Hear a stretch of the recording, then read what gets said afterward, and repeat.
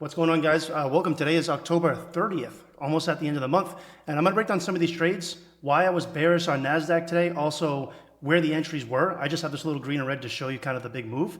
The entries for the buys, also I'll break down gold. There's really not too much to break down. Realistically, we had a breakout to the upside. Really kind of choppy price action here, and we got the break here. I'll even show you that I was watching it in real time. I sent it over to the traders in Day Trading University.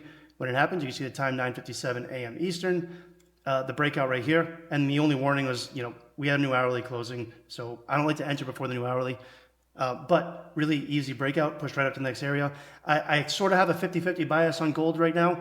I see reasons for sells. I see reasons for buys due to the government shutdown, which I've been talking about. I think NAS is a lot more interesting to be trading right now, but really easy breakout to the upside. It's just honestly a matter of not getting hammered in this nonsense. Because actually, there was a second trade, well, a first trade rather, while I was on the live call that I think some people might have taken, but I didn't like it. I just don't like gold right now. That's all. But a nice drop right here. This was right at the market open, actually, the commodity exchange open, and then we ended up getting that drop. Just choppy price action. I think this breakout to the upside, although aggressive, you can have your stop somewhere in the middle of this range, but realistically down here might make more sense. But either way, clean price action on that one. For NAS, I'll start with this. If any of you guys follow me on, okay, we'll do this first. I posted this morning on Instagram. I've been trying to do this like daily, day ahead, talk about my analysis, what I'm expecting. I said it right here this morning. I think there's a possibility that we see a short-term drop after some comments Powell had at yesterday's FOMC. So basically, Powell was just pushing against rate cuts, and we're sitting at all-time highs. So I was like, I still think there's a possibility. I would look for sells, but you can see here, if I do take sells, in my opinion, it's short-term. I'm just looking to take it right back up. So we'll see in the background, this was the sell, and you can see here the buys that we had taken right back up too. So I'm willing to play both sides if I can have a bias for both sides. So zooming in a little bit on NAS, I'll show you some of the trades here, which you can see in the background too. This was actually the buys some of the traders inside Day Trading University had posted. Sebastian here, live entries, there's nothing being hidden here. It's not just a trading view back test. This was a trade taken on the live call.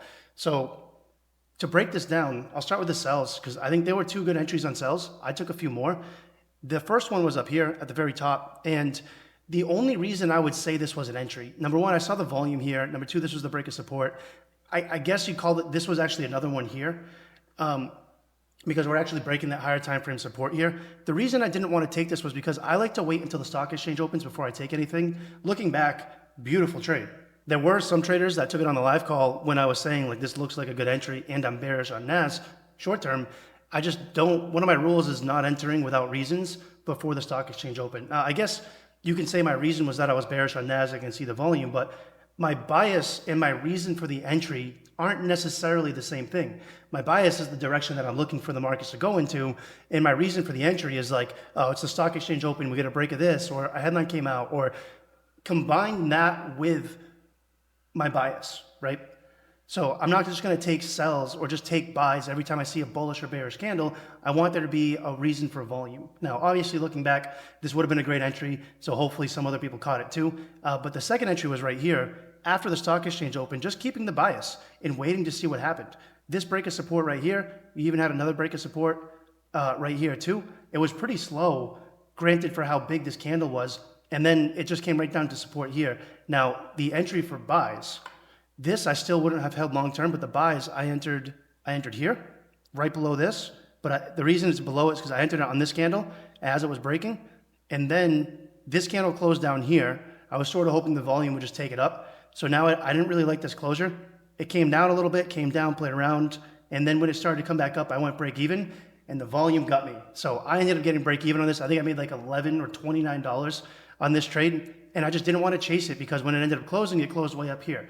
And that was the perfect entry to take this right back up. So like I had showed you before, this was the trade that we took, like exact same entry that I'm talking about right here.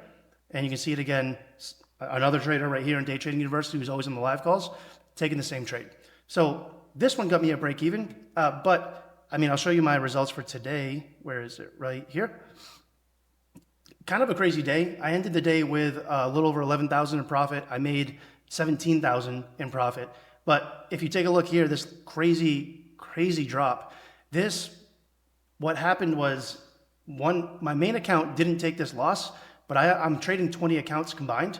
And if we'll scroll down here, all of these losses of over $2,000 was because my copy trader didn't close my trade at break even. So that sucked. And thankfully I ended up making it back up. I'm happy about that. But a few of those trades, I'll break them down here. I ended up taking sells. So I took sells here because like I said in the beginning, even though I like this volume for the reversal, I still think there's a chance for NAS to drop, and I wasn't expecting this to be the only drop. So I'm still willing to take sells. So I ended up entering here. This was the trade. That wick is what ended up getting me. So I took this trade. I put it break even when it went in profit. This candle took me at break even, but this wick hit my stop loss. And I didn't know that my 19 other accounts just got their stop loss hit. I ended up re-entering again on sells here and then taking partials. And I think I closed profits somewhere close to the support because volume was dying. It was getting choppy. I will take lower risk with some of these entries, 10, 15, maybe 20 contracts. And then sometimes I'll go up to 25, 50, depending on the volume and depending on the breakout. I hope this breakdown is helpful for you guys. For my bias going into the future, I'm still looking for buys on NAS. I'm going to look for the support to hold tomorrow. Hopefully we stay here. I don't like trading Asian session or anything like that or London. So I'll wait for tomorrow. Whatever NAS looks like, most likely I'm still going to be looking for buys. In my opinion, this is a pullback we needed. We don't know if the pullback's going to stop, and I will still take sells if I see price action for it again, but my base case is still looking for buys. Nothing's really changed.